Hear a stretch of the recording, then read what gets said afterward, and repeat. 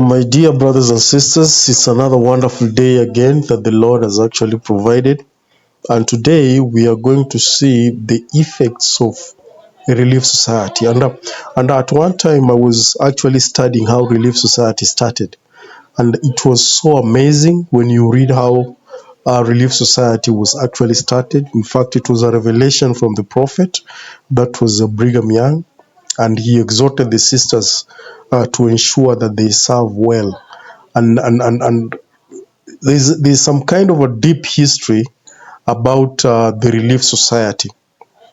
And today I was actually privileged to come across this clip whereby the Relief Society, how it leads global effort to improve health and well-being of all women and children. And that is the purpose and key of what Relief Society is all about.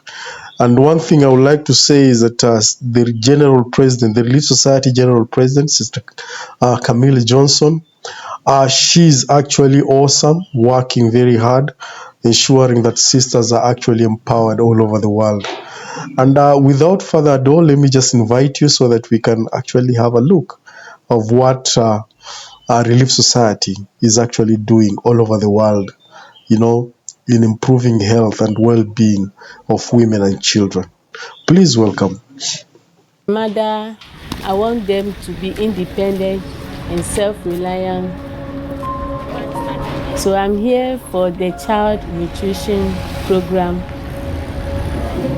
to see the welfare of my little one, how she's growing, her weight, and to check her diet.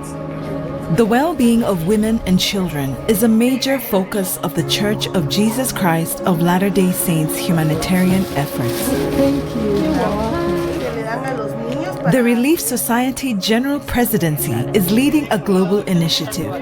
Today, I am happy to announce a $55.8 million contribution to expand those global efforts. This donation will provide nutrition support and resources to 12 million children and 2.7 million women in 12 high-need countries. When you bless a woman, you bless a family, a community, a nation. When you bless a child, you invest in the future. The Church has also taken the lead in bringing together 8 global humanitarian organizations. We hope that what we are doing together will become a powerful model for others in being able to expand and accelerate efforts to bless the lives of vulnerable women and children. It's been so incredible to see these organizations that are so invested in child nutrition and mother's well-being. Because you each have so many strengths and you have reach. On a scale of 0 to 10, 11. Super excited. For me, it's an opportunity to amplify the voices of what everyone has been doing. What if we list the areas and then we list who's in those areas? For some, participating in this work is based on their own experience. During my time as a refugee in Ghana, I saw a lot of kids die of malnutrition. I understand the struggles of children and mothers in this part of the world because I've lived it. As these groups turn ideas into action, the Church is uniquely positioned to help move their plans forward.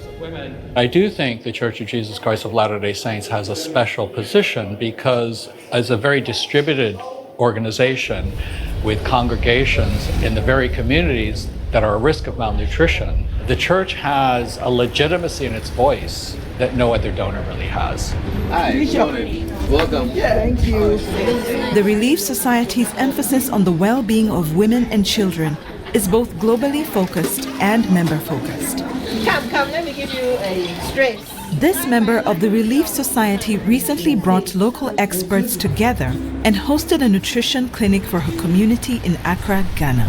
We have so many mothers who might not know how to feed their children well. Not because they don't know how, but probably can't afford to feed their children the right way. She then met with Relief Society presidents and other local church leaders to find ways to help children at risk. The next day, home visits were made. The Savior had a mission. his mission was for all of us to be one. Very, very good. To love our neighbors as ourselves. Throughout the world, Relief Society members act as humanitarians, gathering people and resources together to help those in need. I've seen many sisters offer their very best to the Lord. They take care of those in their own homes, in their communities, in their neighborhoods. And when you do that, you are part of this global cause. Often, the best humanitarian outreach is to those closest to us in everyday acts of kindness. My dear brothers and sisters, as you can see there, what exactly the church is doing.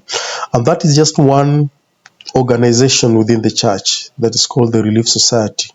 Majorly, it entails sisters who are coming together to ensure they help each other in the welfare of their homes and also in the welfare of their children. And that is really key. And this is now, you can see, it's a global function for all sisters who to take care of their homes and ensure that their children are well nutritioned, so to speak. I hope I've caught the word correctly. So this is how powerful this organization is.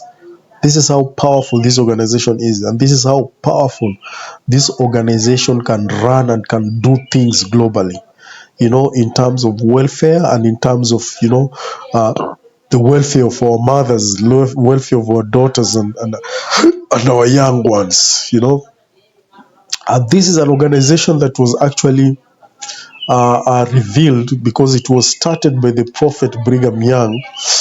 And he actually admonished the sisters in Zion to ensure that they organize themselves for the welfare of their families. And this was a direct revelation from the Lord himself through the prophet of God. And you can see how this organization is. It's a very massive organization within the church. Now you tell me if this is not revelation. You tell me if this is not actually God. You tell me, there is no any other organization you can ever compare with Relief Society in the world.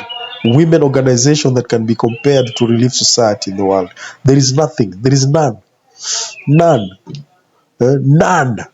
An organization that it is actually godly driven and takes care of the welfare of all women, children, and our families in the society.